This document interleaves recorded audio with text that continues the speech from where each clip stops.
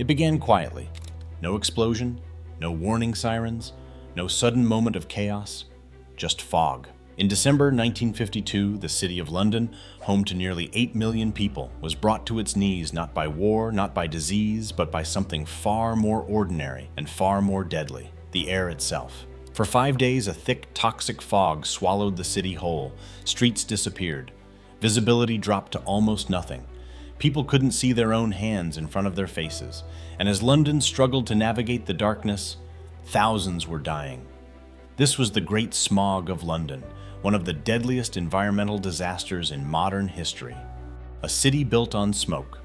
To understand how this happened, you have to understand London in 1952.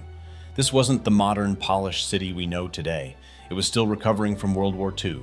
Buildings were damaged, the economy was fragile, life was hard, and most importantly, London ran on coal. Coal heated homes, it powered factories, it fueled trains and electricity. Every single day, thousands of chimneys pumped smoke into the sky. The air was never truly clean, it was just manageable. Londoners were used to fog. They even had a nickname for it: pea soupers.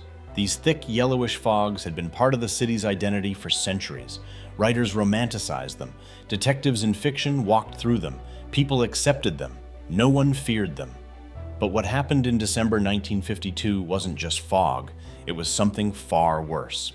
When weather turned deadly, the conditions that created the Great Smog were almost perfectly designed for disaster. A high-pressure system settled over London, trapping cold air near the ground. Above it, a layer of warmer air formed, creating what scientists call a temperature inversion. Normally, warm air rises and carries pollution away, but this time it couldn't. The warm layer acted like a lid. Everything London produced, every bit of smoke, soot, and chemical pollution, was trapped close to the ground. And then the temperature dropped. People did what they always did in winter. They lit their coal fires, all of them, at once.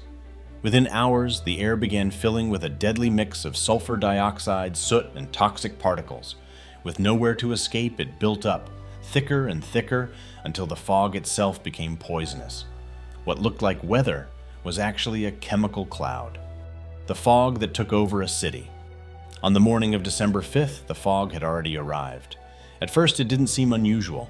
People woke up, went to work, sent their children to school. London had seen fog before, but this one didn't behave like normal fog. It didn't lift. As the hours passed, it grew thicker, darker, heavier.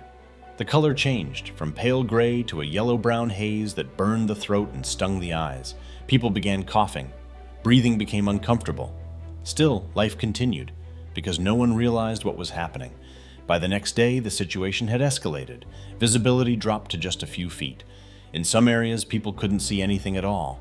Buses stopped running because drivers couldn't see the road. Ambulances struggled to respond. Some crews had to walk ahead with flashlights, guiding vehicles through the darkness. Public life collapsed. Events were canceled. Theaters shut down because audiences couldn't see the stage. Even indoor spaces weren't safe. The fog seeped through windows, doors, and ventilation systems. At one event, hundreds of animals at a cattle show collapsed. Some died where they stood. The city wasn't just struggling, it was suffocating. The silent killer. What made the Great Smog so terrifying wasn't just what people saw, it was what they couldn't see. The fog carried a toxic mix of pollutants. Sulfur dioxide reacted with moisture in the air to form sulfuric acid, yes, acid, that people were breathing directly into their lungs. Microscopic soot particles penetrated deep into the respiratory system. Chemicals from industrial emissions added to the damage. Every breath became dangerous. For the elderly, the sick, and young children, the effects were immediate and devastating. People with asthma or bronchitis found themselves unable to breathe. Lungs filled with fluid. Airways swelled shut. Hospitals began to fill. Then they overflowed. Doctors and nurses had never seen anything like it. Patients lined corridors. Oxygen supplies ran low. Staff worked nonstop, trying to keep people alive without fully understanding what they were fighting. And outside the hospitals, people were dying quietly. At home, in bed, in the streets. There was no dramatic moment, no single event, just a slow, invisible wave of death moving through the city. 5 days of death. By the third and fourth day, the scale of the disaster was becoming impossible to ignore. Undertakers began running out of coffins. Florists ran out of flowers. Not for celebrations, but for funerals. Death certificates were being issued at rates far above normal. Still, the fog didn't lift. Parents watched their children struggle to breathe. Families lost grandparents. Entire communities, especially poorer areas closer to factories, were hit hardest. Because this disaster wasn't equal. The wealthy had options. They could leave the city or live in better conditions. The poor could not. They burned cheaper, dirtier coal. They lived closer to industrial pollution. They had fewer resources to protect themselves, and they paid the highest price. Finally, on December 9th, a change in weather broke the inversion. Wind returned. The fog began to clear. London could breathe again. But by then, the damage was done. Numbers no one wanted to admit. In the immediate aftermath, the government reported around 4,000 deaths. It sounded tragic, but manageable. But it wasn't the truth. That number only included deaths directly recorded during the smog, and only those clearly linked to respiratory issues. It ignored the thousands who died in the weeks that followed from complications caused by the fog. Later studies revealed the real scale. Between 12,000 and 15,000 people likely died as a result of the Great Smog. Over 100,000 more suffered serious illnesses. This wasn't just a bad weather event, it was a mass casualty disaster. And for years, it was downplayed. Why was it covered up? The answer is uncomfortable. Coal was the backbone of Britain's economy. It powered homes, industries, and jobs. Admitting that coal pollution had just killed thousands of people would have meant confronting the entire system. So instead, the narrative was softened. Officials minimized the numbers. Reports avoided strong conclusions. Public attention was quietly redirected. It wasn't a conspiracy in the dramatic sense. It was something more familiar. Avoidance.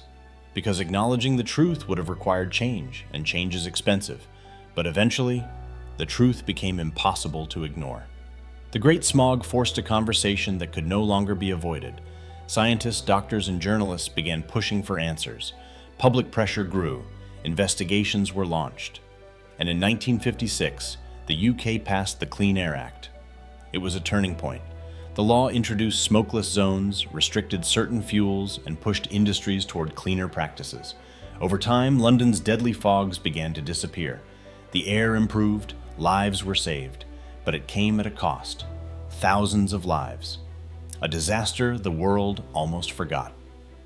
What's most surprising about the Great Smog isn't just how deadly it was, it's how little it was remembered.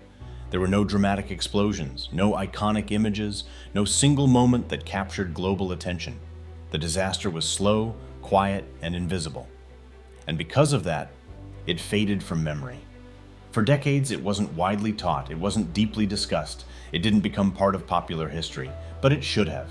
Because this wasn't just a tragedy of the past, it was a warning. Final thought. In just 5 days, a city of millions was brought to its knees. Not by war, not by disaster in the traditional sense, but by the air itself. At least 12,000 people died, quietly, invisibly, almost forgotten. And for years, the world barely talked about it. But history doesn't forget, it waits. And sometimes it returns, not as memory, but as warning.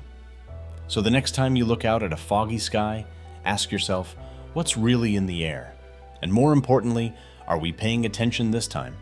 If you want more stories like this, real events that changed the world but were never fully told, make sure you subscribe. Because some of the most important histories are the ones we almost forgot.